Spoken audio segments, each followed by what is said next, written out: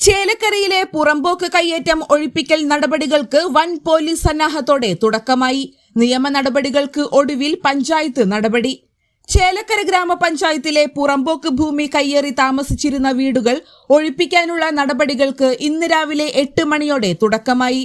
പഞ്ചായത്ത് സെക്രട്ടറിയുടെ നേതൃത്വത്തിൽ വൻ പോലീസ് സന്നാഹത്തോടെയാണ് ഒഴിപ്പിക്കൽ നടപടികൾ പുരോഗമിക്കുന്നത്.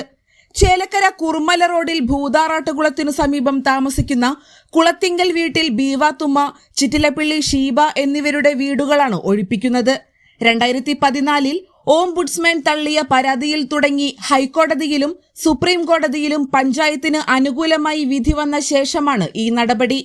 കോടതി ഉത്തരവുകൾ ഉണ്ടായിട്ടും നടപടി വൈകിയതിനെ തുടർന്ന് പഞ്ചായത്ത് സെക്രട്ടറിക്കെതിരെ കോടതി അലക്ഷ്യ ഹർജി നൽകുമെന്ന സാഹചര്യം വന്നതോടെയാണ് അധികൃതർ അടിയന്തരമായി ഒഴിപ്പിക്കൽ നടപടികൾ ആരംഭിക്കാൻ നിർബന്ധിതരായത്.